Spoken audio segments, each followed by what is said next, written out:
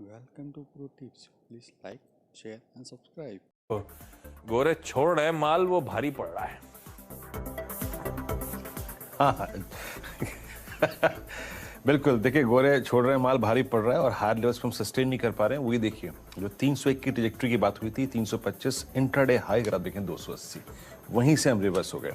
आशीष, इस बाजार में इस वक्त एक बड़ा क्रिटिकल पॉइंट है, वो याद रखिएगा। और जिस बात पे आपने बात छोड़ी, एफआईएस की बहुत स्ट्रांग सेलिंग, एक बार निफ्टी आईटी लेके आइएगा। देखिए, अभी टिपिकल सेल ऑन राइज है ये बाजार, और जैसे कि मैं कहता कि सेल कर सकते हैं आप, और अगर सेल है आपका और अगर आपने सुबह सेल किया है, आशीष एक चीज याद रखिएगा, जून 2020 के बाद पोस्ट कोविड अगर आप देखें, जो निफ्टी आईटी की रिकवरी थी, आप वो सब जानते हैं आप और मैं कि बहुत स्ट्रांग रिकवरी थी। डिजिटलाइजेशन अगर आप देखें, जिस पे फोकस करते हुए, ये पहली बार है कि second consecutive day Nifty IT 200 डीमा के नीचे है, फर्स्ट टाइम। और अब हमने कल के लो को भी जाकर छू लिया है, तो प्रेशर पॉइंट इस वक्त सबसे बड़ा है निफ्टी आईटी। दूसरा, निफ्टी बैंक चलता 36,900 37,000 के जोन को पार करता, लेकिन एचडीएफसी बैंक सुनने को तैयार नहीं है। तो आशीष ने जो पॉइंट कहा, इट्स एफआई सेलिंग, और मुझे इस बाजार में सिर्फ कंफर्ट आ रहा है मेटल्स पे, मेटल्स के सिवा कुछ नहीं। याद रखिएगा, strong dollar index metal index के लिए अच्छी बात है, तो वही चीज हो रही है। शॉर्ट है तो निफ्टी पर रही है, कोई दिक्कत की बात नहीं है। बैंक निफ्टी को शॉर्ट मत कीजिएगा, क्योंकि बैंक निफ्टी का आप देखें एक पॉजिटिव डाइवर्जेंस है यहां पर। बैंक निफ्टी अपनी कल की ट्रैजेक्टरी के आखिरी के आधे घंटे को वॉलेट करने को तैयार नहीं है। मानस जी, आपका पहला कन्विक्शन ट्रेड क्या होगा? निफ्टी नाउ एट डे लो, और एक और चीज याद रखिएगा, कल का जो लास्ट आधे घंटे का एवरेज प्राइस था करीब करीब 17,160 17,170, वो वॉलेट होता है तो पेन और बढ़ेगा। मानस, आप सेल क्या करेंगे? और मेटल्स में आज स्ट्रेंथ नजर आ रही है, लुक एट सेल, टाटा स्टील, सबके सब डे हाई पर, आपकी अप्रोच क्या होगी?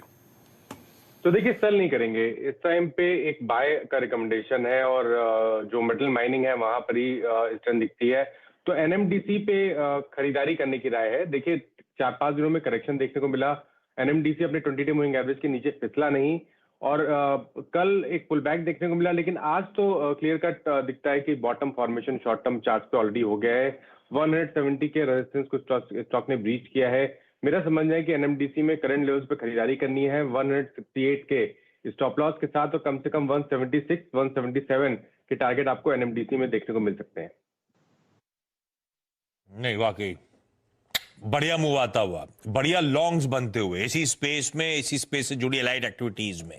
तो कोई कोल इंडिया देखिए क्या बढ़िया मूव देता हुआ इस समय, एनएमडीसी, जिंदल स्टील, कोई स्टील अथॉरिटी, कोई JSW steel, Vedanta even include कर दीजिए, हिंडाल को जोड़ दीजिए, सारे के सारे पैक जो है गजब। टाटा स्टील फिर से 1.25% 1%, तो सारा का सारा पैक वो मेटल्स का, कमोडिटीज का, वही वो पॉकेट है जो मैसिवली आउट परफॉर्म करती हुई इस समय बाजार को, या कह लीजिए शुरुआती टिक्स में यही वो पॉकेट है जो लाइमलाइट हॉक कर रही है। खैर, आगे भी मार्किंग करते रहेंगे बाजार में स्टॉक्स की, लेकिन पहले एक्सपर्ट्स के पहले पिक्स ले लिए जाए।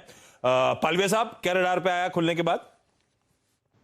तो आशीष जी, दो स्टॉक है। पहला तो कैश सेगमेंट में हमें त्रिवेणी इंजीनियरिंग का सेटअप काफी अट्रैक्टिव लग रहा है, जिस तरीके से स्टॉक में ओपनिंग के बाद से बाइंग एक्शन बना है। ओवरऑल इसका स्ट्रक्चर पॉजिटिव है, across all time frame stock एक बुलिश जोन में ट्रेड कर रहा है। तो हमें लगता है 349 के आसपास अभी स्टॉक ट्रेड कर रहा है। ड्यूरिंग द डे 358 से 360 तक के अपसाइड के टारगेट इसमें आते हुए दिख सकते हैं। स्टॉप लॉस यहाँ पे रखना होगा करीब 344 का। और डेरिवेटिव साइड में हमें लगता है वेदांता पे यहाँ पे फोकस करना चाहिए। मेटल स्पेस में एक बाइंग का इंटरेस्ट यहाँ पे बनते हुए दिख रहा है। जिस तरीके से वेदांता के स्ट्रक्चर है, हमें लगता है फ्यूचर 430 के आसपास ट्रेड कर रहा है, इसमें बाय करने की सलाह रहेगी। 426 का